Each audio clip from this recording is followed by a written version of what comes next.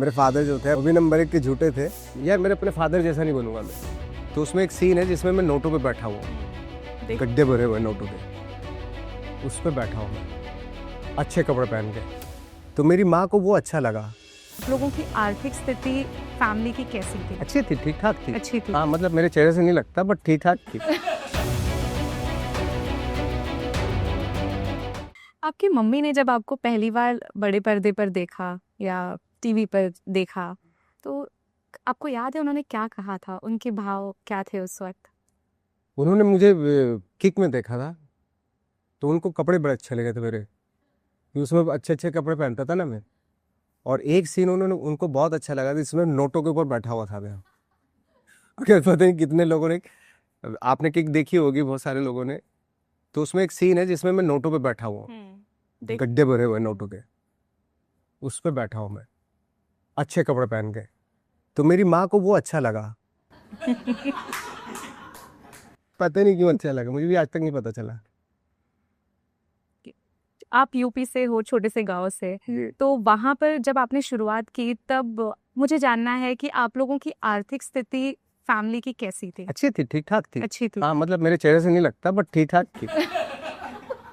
नहीं, I am not asking because of that, because see मैं आपको बताती हूँ मैंने ये सवाल क्यों पूछा है। जी। आपने कहा आपने इतनी फिल्में उसके पहले कर रखी थी, पर आपकी मम्मी को किक का वो सीन ही पसंद आया जहाँ पर आपने अच्छे कपड़े पहने हैं, जहाँ पर आप प्रेजेंटेबल लग रहे प्रेजेंटेबल लग रहा था। हाँ। So please don't take me in the wrong. नहीं बात नहीं कह रहा प्लीज आप। So that was my whole idea. उससे पहले भी मैं छोटे छोटे रोल किए थे फिल्मों में जी जिसमें मेरी पिटाई होती थी। हाँ, पता है, मुन्ना भाई में भी पिटे गए हो। हर फिल्म में पिटता था मैं। और मैं जब गांव में जाता था तो मेरे फादर बड़ा गुस्सा होते थे मेरे पे, बोलते क्या आ जाता है पिट पुटा के आ जाता सुबह। तो मुझे बड़ा अफसोस होता था, मैंने यार अब नहीं जाऊंगा मैं गांव में। अब गाँव नहीं जाऊंगा। हाँ मैंने उनसे पूछा, मैंने आपको प्रॉब्लम क्या है? तो बोले आसपास के लोग मुझे बोलते हैं कि आपका बच्चा पिट रहा है वहां पे फिल्मों में। बोले यही करने गया था क्या वो? अब वहाँ का तो ऐसा ही है, वेस्टर्न यूपी का तो एटीट्यूड ऐसे पे पिट के नहीं आना, और उनका बच्चा पिट के आ रहा फिल्मों में। तो मैं नहीं गया। फिर मैं 2012 में गया जब मेरी गैंग्स ऑफ वासीपुर आई, जिसमें मैं सबको मार रहा था। जब मैं अपने फादर के सामने गया, हाँ ये बात है, अभी ये क्या है बोलो।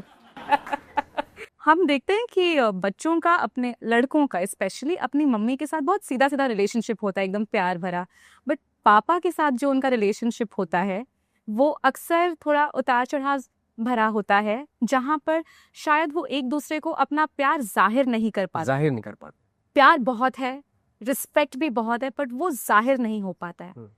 आपका इक्वेशन, आपका रिश्ता आपके पिताजी के साथ कैसा? ऐसे ही था, मतलब ज्यादा मैंने वो किया नहीं, मेरे अपने फादर की तरफ देखा ही नहीं एक्चुअली। जब वो चले गए तब रियलाइज हुआ यार कितना बड़ा साया था वो फादर का। तो क्योंकि ऑफ कोर्स मैं लड़का था तो मुझे अपनी माँ से बहुत प्यार था, बहुत ज़्यादा प्यार था पास से अपने, अभी भी है। बट उस दौरान मैंने अपने फादर की तरफ देखा ही नहीं, और वो उसको बिल्कुल टेकन फॉर ग्रांटेड लेता था मैं। तो जब वो गए तब एहसास हुआ एक्चुअली। मुझे बीइंग ए फादर सबसे बड़ी ट्रेजेडी लाइफ की यही है कि उनके रहते हुए बच्चे उस तरह का प्यार फादर जो है नसीब नहीं हो पाता। बहुत ज़्यादातर लोगों का ये होता। ये एक आयरनी तो है ये। मैं भी शायद, अगर लड़की है तो उसके फादर उसके लिए, ऑफ कोर्स लड़की है उसके फादर उसके लिए हीरो हैं, लेकिन लड़कों के लिए जो फादर है वो बिल्कुल टेकन फॉर ग्रांटेड होता है। ये एक है बात। ये मलाल है। हाँ ये मलाल रह जाता है। रह जाए। हाँ।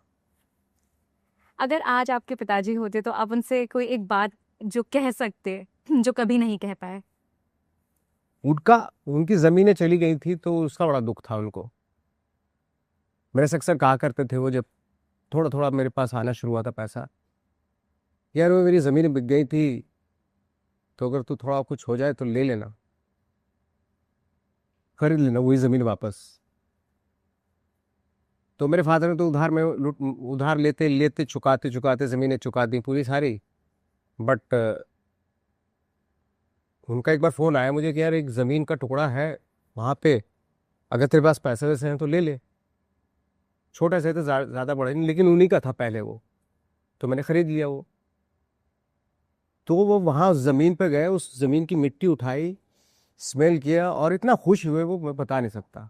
तो फिर मैंने उसके बाद डिसाइड किया, मैंने जितने मेरे फादर ने ज़मीनें गंवाई थी या कब्ज़ा हो जाता है ना वहाँ पे, तो सारी ज़मीनें खरीदूंगा मैं। तो खरीदी मैंने सारी ज़मीन, लेकिन उस वक्त तक फादर नहीं रहे, तो उसका मलाल रह जाता है। I am sure he is very happy अभी, उन्हीं की ब्लेसिंग्स हैं आज। हाँ। आपने कहा आप झूठ बड़े सफाई से बोलते हैं। मैं आपने किसी इंटरव्यू में बहुत पहले कहा था कि आपके जो पिताजी थे वो भी ये जो है आपने उन्हीं से इम्बाइब किया है। वो भी नंबर 1 के झूठे थे मेरे फादर जो थे, अब नहीं रहे, बट बहुत बड़े बड़े झूठ बोले उन्होंने हमारे सामने। मसलन जैसे वो दिल्ली जाते थे, हमारे यहाँ से जो दिल्ली का रास्ता है वो 2 घंटे का रास्ता है। तो अक्सर दिल्ली जाते थे मेरे फादर और आते थे वहाँ से, तो हम पूछते थे भाई कहाँ कहाँ गए दिल्ली में, तो बोलते थे पार्लियामेंट होके आया हूँ मैं क्या बात करो पार्लियामेंट, तो किस किस से मिले आप, किन किन नेताओं से मिले? बोले 1-2 नेताओं से मिला और बच्चन साहब से भी मिला मैं। तो मैंने बच्चन साहब से बात हुई आपकी? बोले हाँ मैंने बात की। मैंने क्या बात की आपने? तो बोले मैंने उनसे पूछा यार हेल्थ वेल्थ का ख्याल नहीं रख रहे आप अपनी, थोड़ा एक्सरसाइज करो, ये करो वो करो। तो चूंकि हम उनके बेटे थे, तो हर बच्चा अपने बाप पे बिलीव करता है कि सच ही बोल रहे होंगे। तो मुझे लगता है कि मेरे फादर यार बहुत ही वेल कनेक्टेड और है, पावर है उनके पास अच्छी खासी, ऐसी बात नहीं है। तो एक बार मैंने जिद की कि मैं चलता हूँ आपके साथ दिल्ली। हाँ। तो बस 2 बसें बदलनी पड़ती थी हमको। तो 2 बसें बदल के हम लोग जब दिल्ली पहुंचे बस अड्डे पे, तो वहाँ पे एक थोड़ी सी भूख लग रही थी हमें, तो एक होटल में हमने खाना वाना खाया। तो पैसे के ऊपर कुछ झगड़ा हो गया मेरे फादर का ओके। होटल वाले रेस्टोरेंट वाले से। तो रेस्टोरेंट वाले ने बोला कि निकल लो अभी, नहीं तो अभी इतनी सुड़ाई करूंगा, मतलब पिटाई करूंगा तुम लोगों की, पता भी नहीं चलेगा। मेरे फादर को बोला। अब मैं छोटा सा, मैंने देखा यार मेरे फादर तो हीरो है, मतलब बच्चन साहब से भी पूछता क्या क्या कैसी तबीयत कर है बना रखी है आपने, और ये यहाँ चुप हो जाता है। तो मुझे तब से डाउट होना शुरू हो गया। मैंने ये जो झूठ बोलते हैं। एक बार हुआ कि मैं कहीं जाने वाला था, बहुत पहले कहीं बल्गेरिया जाने वाला था। तो मैंने बल्गारिया जा रहा हूँ मैं, अरे यार वहाँ तो मैं भी गया हूँ। मैंने वहाँ आप भी गए हो? तो कैसा है बल्गारिया? बोले बहुत साफ सफाई है वहाँ पे। तो मैंने पासपोर्ट कहाँ आपके पास? अरे पासपोर्ट अभी रखा होगा, ये वो ऐसे टाल जाती है। तो इस तरह के बहुत सारे झूठ बोले उन्होंने, लेकिन उन पे उनकी बातों पे बिलीव करने लगा था। लेकिन जब बिलीव टूटा तो मैं भी शैटर्ड हो गया था एक तरह से। मैंने यार मेरे फादर की कोई औकात है नहीं एक्चुअली, ये सब झूठ बोलते हैं। तो कहीं ना कहीं मैं भी शायद तब मेरे ख्याल से अनकॉन्शियस माइंड में ये आया कि यार मेरे अपने फादर जैसा नहीं बनूंगा मैं कहीं बाहर जाऊंगा तो जाऊंगा, और अगर किसी बड़े आदमी से बात करनी तो करूंगा, इस लायक अपने आप को बनाऊंगा। मेरे शायद फादर ने नहीं बनाया अपने आप को इस लायक, लेकिन मैं बनाऊंगा। तो कहीं ना कहीं मोटिवेशन जो है, अलग तरीके से भी मोटिवेशन आता है आपके पास। तो मे भी शायद उनकी नाकामयाबी थी जिसकी वजह से मुझे एहसास होता था कि यार ऐसा नहीं बनना मुझे। To watch the full video click here. पूरा वीडियो देखने के लिए यहाँ क्लिक करें।